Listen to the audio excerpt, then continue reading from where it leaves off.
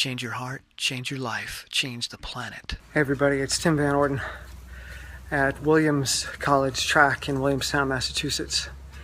And I just finished my first real speedwork session in probably 2.5 years. It's 90 degrees and probably 90% humidity. It is brutally hot today. And it's 1:30 in the afternoon, so I'm right in the middle of it. And I decided today that I was going to try 10 by 400 repeats at 75-second pace, which is 5-minute mile pace. I want to see if I can get myself very quickly back down to 5-minute pace for a 5K. And at my age, that's a pretty extraordinary thing to do. And with the little amount of training that I've been doing over the past 2 months, that's a lot to bite off. And I'm being incredibly optimistic. So I did a 4-mile warm-up and then just felt dead, just had nothing. The heat was draining me. I didn't have a whole lot to eat today, and I'm sure that combined with the heat was challenging me emotionally, so I just wasn't interested in the workout when I started. So I practiced my loving parent voice when I got to the line, and I said to myself, you're in control. You control how fast you go, you control how much it hurts, you control how cheery you want to be. You might be able to hear the football team over there practicing. I don't know if you can see them. They're all doing their sessions in the heat in full gear. God, I don't envy those guys.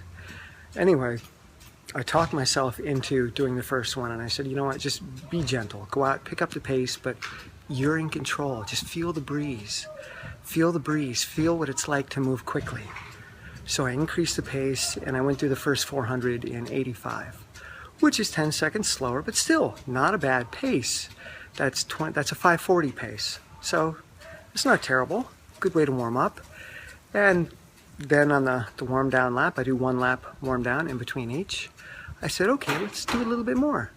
So I knocked off an 80-second lap. Still not great. That's 520 pace, but didn't kill me. I was starting to feel better. And then the next one was a 75, then a 74, then a 73, then a 75. And then I think the last two were maybe a 75 and 76. So I didn't do 10, I did 8 total. The heat just really got to me, and I just felt my head exploding in the heat. So I said, that's enough. So now I'm going to do another 4-mile warm down and call it quits. And I'm really happy, considering I had this huge race on Sunday, just 2 days ago, to do a workout like this in the heat, and to actually, with the exception of not hitting 10, to meet my goals of pace for most of them. I'm pretty pumped, and they were not all-out sprints, not even close. In fact, I'd kind of cruise for the first half and then pick it up the second half. So I've got good fitness. I still have a ways to go. Running 400 meters at that pace is not running a 5K at that pace. There's a big difference. So long way to go, but this is a good sign. And as I'm walking away from the workout now, when I started recording, the heat and just this throbbing in my head and my chest, this oppressive heat, feeling like I'm gonna burst. I'm just thinking, oh my God, I am suffering. I don't even feel like doing the warm down. And then I reminded myself of what I just did. I'm like, you know, you just did that. That's why you feel like this. You just did that. Dude, get pumped. You were scared of doing it. You didn't think you could do it. You wanted to try to avoid doing it. And you just did it. So this pain, this heat, this pressure, that's a good thing. That's a good sign. You met your goal pretty close. So then a smile came over me. And as I was walking away, I felt good. I'm still exhausted and I'm still overheating, but I feel good about it. I'm no longer suffering. I've taken that same feeling, that same sensation, and I've turned it into a positive that's now making me feel good as I walk away. I don't feel defeated. Oh man, I'm defeated by the pain, I'm defeated by the heat, I'm defeated by the suffering, I'm defeated by running. I don't want to keep doing this twice a week and then a race every weekend like I used to do. I don't want to go through that. Or, dude, you're doing it. You dreaded it, and now it's done. It's over. You're alive, you're fine. A little bit of sensation, but that sensation is a sign, man. It's a sign that you're playing the game. It's a sign that you're going for your goals. If you want your goals, there's got to be some suffering. That doesn't mean you have to be miserable during the suffering. You can suffer in a positive way. You don't have to suffer with your suffering. See it as a sign that you're on the path. It's a sign. It's a sign that the game is about to begin.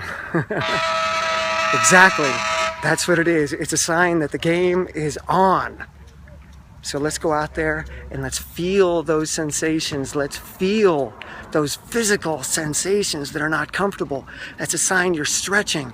It's a sign you're growing. It's a sign that you're moving towards the things that are going to make you a success in life. Okay?